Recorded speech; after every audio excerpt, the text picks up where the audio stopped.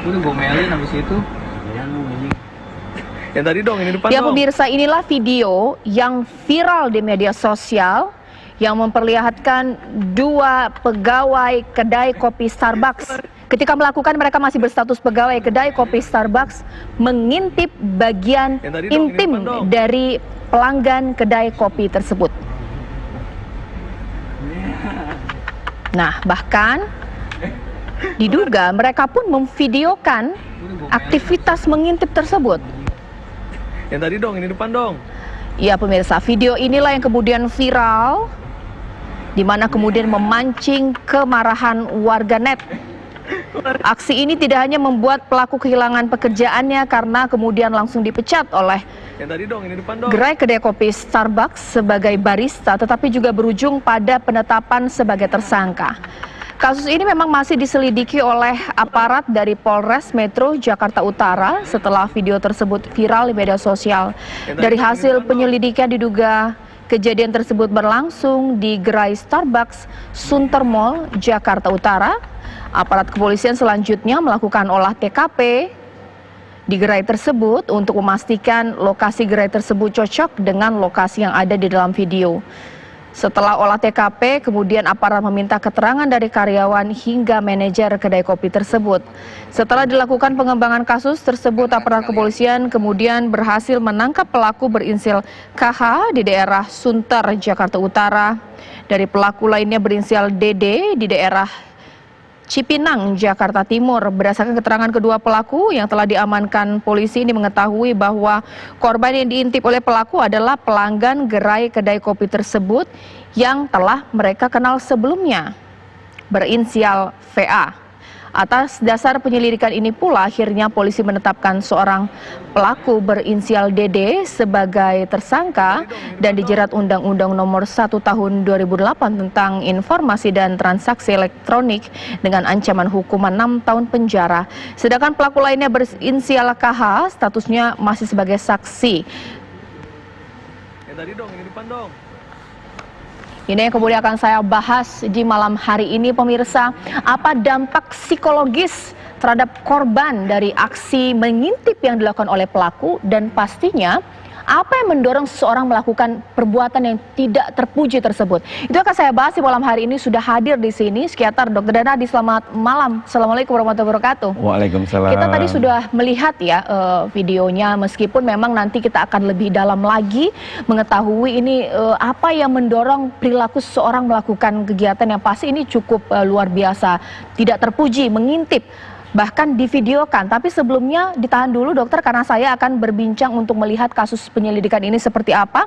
Langsung saja saya akan tanyakan kepada Kasat Reskrim Polres Metro Jakarta Utara, Kompol Wirdanto Hadi Caksono. Selamat malam Pak. Selamat malam Mbak Caca, selamat malam pemirsa TV. Ya Pak, ini bagaimana perkembangan penyelidikan terhadap tersangka atas kasus ini, seperti apa? Baik, jadi Polres Metro Jakarta Utara sebagaimana sudah kami reskonkan, jadi kami sudah menetapkan satu orang tersangka dengan inisial DD usia 22 tahun terkait masalah merekam atau membuat video tersebut dan kemudian menggugah di media sosialnya. Dan kemudian saat ini kami masih melakukan pendalaman kembali terhadap keterangan, baik dari keterangan korban, termasuk juga keterangan para saksi di TKP, yaitu meliputi manajer area, termasuk juga kami mencoba untuk melakukan penyelidikan secara forensik terhadap CCTV yang ada di lokasi tersebut. Yang tentunya di sini kami berdasarkan alat bukti yang harus menyimpulkan apakah memang ada tersangka lain, dan termasuk juga apakah ada unsur kesengajaan atau kelalaian lainnya. Demikian. Baik Pak.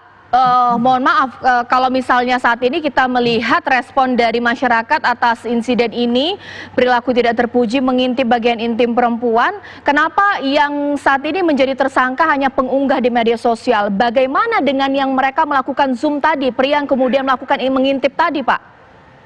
Baik Mbak Caca, jadi sekarang kami masih menerapkan kaitan dengan masalah pasal 45 ayat 1, Junto 27 ayat 1 kaitan dengan Undang ITE, yaitu terkait masalah menggugah suatu konten dari media sosial yang sifatnya melanggar kesusilaan. Nah, tentunya di sini bahwa peran dari pelaku DD ini, TSK DD ini, bahwa yang bersangkutan adalah orang yang membuat atau merekam gambar ini, konten video ini, dan kemudian mengunggah di media sosialnya. Untuk sementara, untuk pasal 45 ayat 127 ayat 1 di Undang-Undang ITE ini kami masih menetapkan satu orang tersangka. Namun demikian, tentunya di sini kami masih mendalami di kaitan dengan alat bukti lainnya, yang tentunya kami akan coba kumpulkan fakta-fakta hukum dan kemudian akan kami gelarkan apakah memang ada tersangka lainnya. Demikian.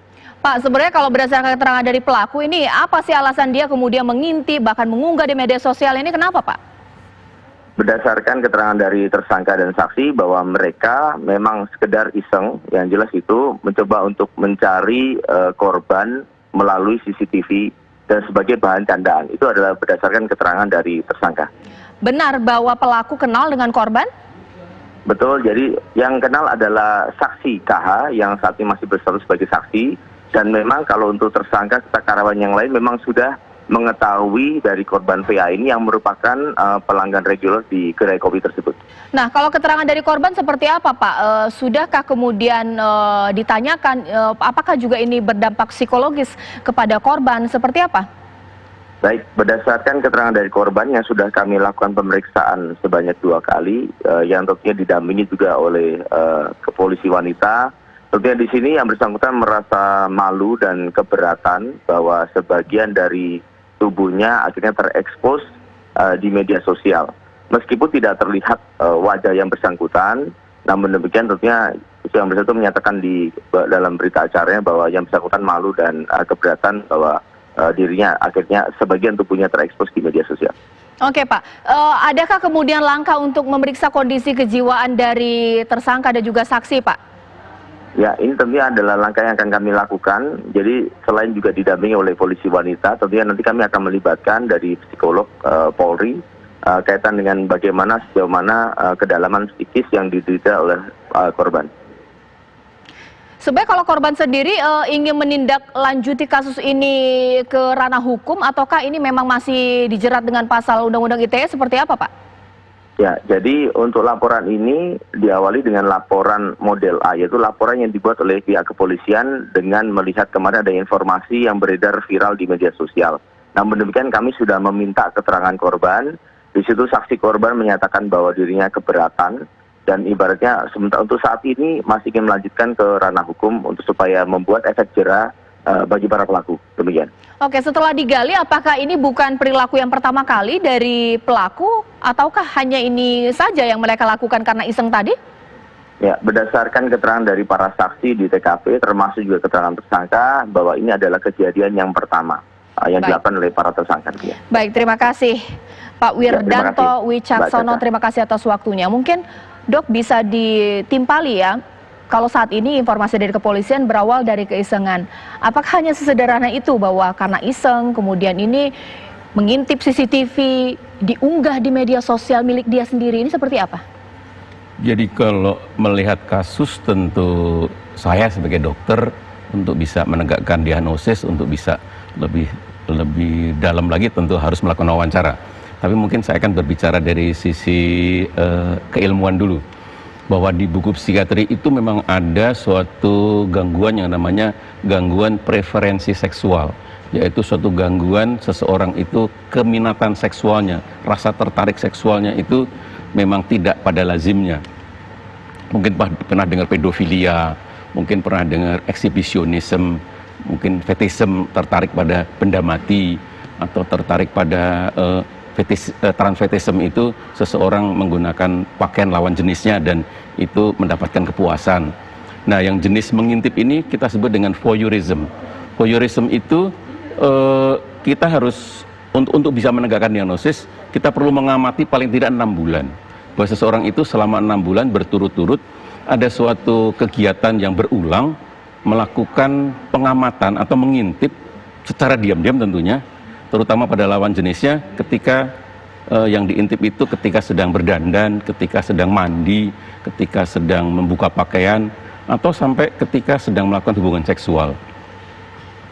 Dan kegiatan itu dia nikmati dan bisa sampai mencapai suatu orgasme seperti itu. Kemudian bahwa ini menjadi suatu gangguan apabila dirinya itu seperti tanda kecanduan, seperti bahwa kalau tidak melakukan seperti itu menjadi dia terganggu, menderita, bisa galau, bisa cemas, bisa tidak bisa tidur. Nah, itulah menegakkan diagnosis. Ada suatu voyeurism variasi yang lain, seperti tadi saya sampaikan bahwa ini bisa berlanjut yang kita sebut dengan scopofilia. Scopofilia itu voyeurism ditambah dengan orang itu melakukan tindakan ketika sedang melakukan mengintip itu kemudian melakukan masturbasi. Iya. Nah, saya juga pelanggan kedai kopi gitu, tapi dengan kasus ini pasti akan jadi was-was ketika CCTV ada di mana-mana. Sebenarnya kalaulah memang pasti screening atau ketika ada karyawan masuk, apalagi untuk Starbucks, begitu bonafit, begitu punya nama, tapi kecanduan atau juga penyimpangan tersebut sebenarnya bisa diketahui tidak Pak, hanya dengan mungkin tes masuk atau bagaimana Pak? Tidak mudah. Tidak mudah, dan harus saya sampaikan bahwa prevalensi atau jenis gangguan ini sangat kecil. Dan biasanya 99% adalah laki-laki yang melakukan. Oke, jadi kalau dari perawakan mungkin kelihatan normal, baik pun tidak menjamin bahwa Tidak seseorang bisa, tersebut ada penyimpangan atau tidak? Tidak bisa. Nah, kalau untuk melihat mana yang gawat, mana yang mungkin taraf masih bisa mungkin sekedar iseng-iseng, itu bagaimana Pak? Nah, tadi bahwa kalau hanya dilakukan sekali, 2 kali dan tidak melakukan juga tidak apa-apa, itu tentu tidak masuk dalam taraf gangguan. Kalau yang gangguan tadi seperti tanda petik seperti kecanduan tadi. Nah, itu yang sudah memerlukan terapi yang lebih dalam kalau seperti itu. Sebenarnya apa sih pemicunya? Iya, namanya gangguan ini kadang-kadang penyebabnya bisa macam-macam. Apakah ada voyeurism itu biasanya diawali pada masa anak-anak, bahwa mungkin saja diawali dengan suatu keisengan bahwa hanya melihat, mengintip, tapi kemudian ada rasa ketertarikan, ada endorfin yang keluar dari tubuh dia bahwa itu sangat dinikmati. Tentu itu yang menjadi gangguan. Ya, kalau ini sekarang kita masih melihat dari efek dari sisi pelaku, pasti kita mengecam dari perbuatan pelaku. Meskipun kita juga harus tahu, bayangkan berada di posisi korban, apa yang ngerasakan, apa dampaknya nanti ke depan. Sesaat lagi ya Dok ya, saya akan bahas usai jeda berikut di Apa Kabar Indonesia Malam.